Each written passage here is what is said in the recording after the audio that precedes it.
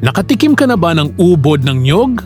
Ito ang malambot, maputi at pinakagitnang bahagi ng puno ng niyog na madalas niluluto bilang ginataan, ensalada o kaya'y hinahalo sa iba't ibang putahe. Marami ang nagsasabing isa ito sa pinakamasarap na bahagi ng puno dahil sa malinamnam at malutong nitong laman. Pero alam mo ba na may kapalit ang bawat ubod na inihahain sa hapag? Kapag kinuha ang ubod ng isang punong niyog, hindi na ito muling mabubuhay. Dahil dito, mas espesyal ang ubod kaysa sa inaakala ng karamihan. Ngunit ang ubod ay simula pa lamang ng isang mas kahangahangang kwento.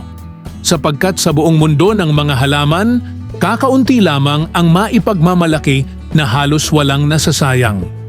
At isa sa pinakamagandang halimbawa nito ay ang puno ng niyog.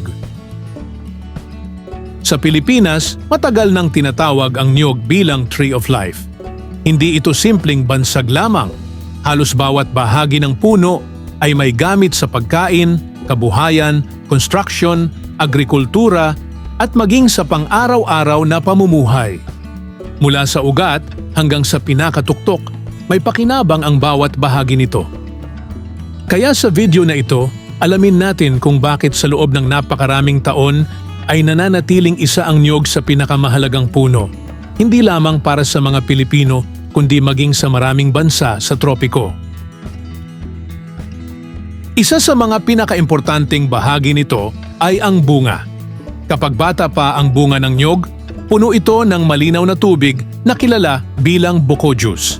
Hindi lamang ito nakapapawi ng uhaw, naglalaman din ito ng natural na electrolytes tulad ng potassium, sodium, magnesium at calcium na tumutulong sa pagpapanatili ng balanse ng tubig sa katawan.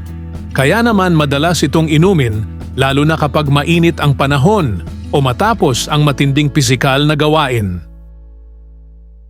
Habang tumatanda ang bunga, unti-unting kumakapal ang laman nito. Ang batang laman ng buko ay malambot at madalas gawing panghimagas. Kapag ganap ng hinog ang niyog, tumitigas ang laman at dito nagsisimula ang paggawa ng iba't ibang produktong ginagamit sa pagkain at industriya. Mula sa laman ng mature na niyog ay kinukuha ang gata. Isa ito sa pinakapangunahing sangkap ng maraming pagkaing Pilipino tulad ng ginataang gulay, laing, Bicol Express, kalamay, suman at iba't ibang kakanin. Bukod sa nagbibigay ng masarap at malinamnam na lasa, naglalaman din ang gata ng taba na nagsisilbing pinagkukunan ng enerhiya. Gayunpaman, dahil mataas din ito sa calories, pinakamainam pa rin ang tamang dami ng pagkonsumo bilang bahagi ng balanseng pagkain. Kapag pinatuyo naman ang laman ng niyog, nagiging kopra ito. Ang kopra ang pangunahing pinagmumulan ng coconut oil na iniluluwas ng Pilipinas sa iba't ibang bansa. Ang langis na ito ay ginagamit hindi lamang sa pagluluto, kundi pati sa paggawa ng sabon, shampoo, lotion, cosmetics, kandila, at maging sa ilang produktong pang-industriya. Dahil dito, malaking bahagi ng kabuhayan ng maraming magsasaka ang produksyon ng kopra. Ito naman ang tinatawag ng maraming Pilipino na buwa. May ibang tawag ito depende sa lugar. Ito ay ang bilog na nabubuo sa loob ng bao kapag nagsisimula ng tumubo ang buto ng niyog. Maaari itong kainin at karaniwang malambot, magaan at medyo matamis ang lasa. Mayroon itong dietary fiber, carbohydrates, ilang mineral at kaunting protina, kaya maaari itong magsilbing dagdag na enerhiya at makatulong sa maayos na digestion. Kung mapapansin mo naman ang matigas na kayumangging balat ng niyog, huwag isipin na wala na itong silbi. Ang bao ay ginagawang uling na ginagamit sa pagluluto. Kapag dumaan sa karagdagang proseso, maaari rin itong gawing activated charcoal na ginagamit sa water filtration, air purification at ilang medical applications dahil sa kakayahan nitong sumipsip ng iba't ibang impurities. Ginagawa rin itong mangkok, tasa, sandok, souvenir, dekorasyon, at iba't ibang handicraft na ipinagbibili sa loob at labas ng bansa. Ang makapal na hibla sa labas ng bao ay tinatawag na bunot. Isa rin itong napakahalagang bahagi ng niyog. Ginagawa itong lubid, doormat, brush, mattress filling, erosion control net, at planting medium para sa mga halaman. Dahil matibay at madaling mabulok ng natural, mas pinipili na rin ito sa ilang proyektong pangkalikasan bilang alternatibo sa mga synthetic materials. At alam nyo ba, ginagamit din ito bilang insect repellent o pantaboy sa mga lamok. Ang bunot, kapag pinausukan, ay nagtataboy sa mga lamok. Subalit kailangan mo itong bantayan lalo na kapag gagamitin mo ito sa iyong tahanan upang makaiwas sa sunog. Maging ang mga dahon ng niyog ay maraming gamit. Sa mga probinsya, ginagawa itong bubong ng kubo, pansamantalang silungan, pamaypay, basket at iba't ibang uri ng habi. Ang murang dahon naman ay ginagamit sa paggawa ng palaspas tuwing linggo ng palaspas. Sa maraming komunidad, isa rin itong pinagkukunan ng dagdag na kita dahil sa paggawa ng mga dekorasyon at produktong yari sa dahon.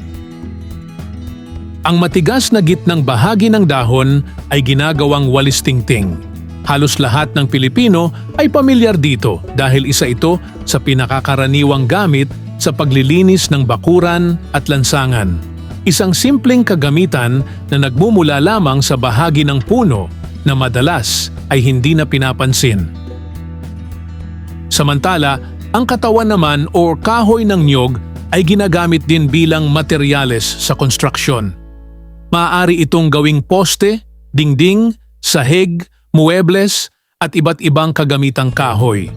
Sa ilang lugar kung saan limitado ang ibang uri ng troso, malaking tulong ang kahoy ng niyog bilang alternatibong materyales. Maging ang bulaklak ng niyog ay may pakinabang din.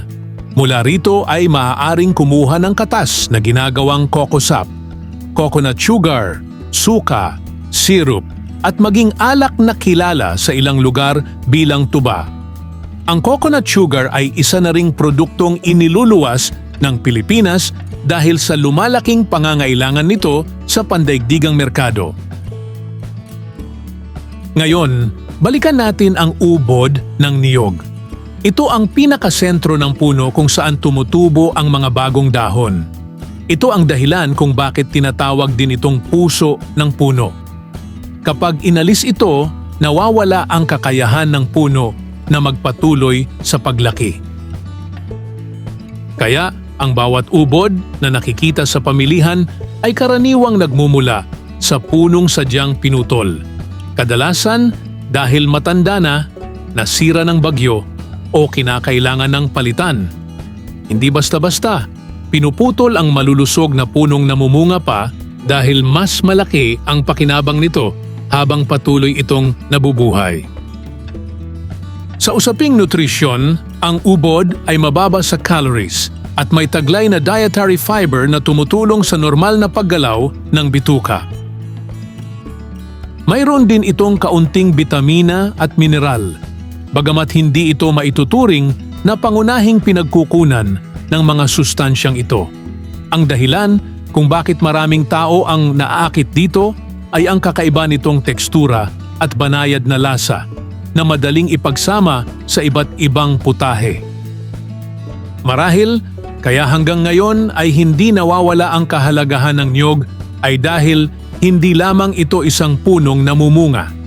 Isa itong puno na nagbibigay ng pagkain, inumin, kabuhayan, materyales sa tahanan, at maging ng mga produktong ginagamit sa iba't ibang industriya. Kung nagustuhan mo ang bidyong ito, subscribe na at i-click ang notification bell para sa iba pang mga video.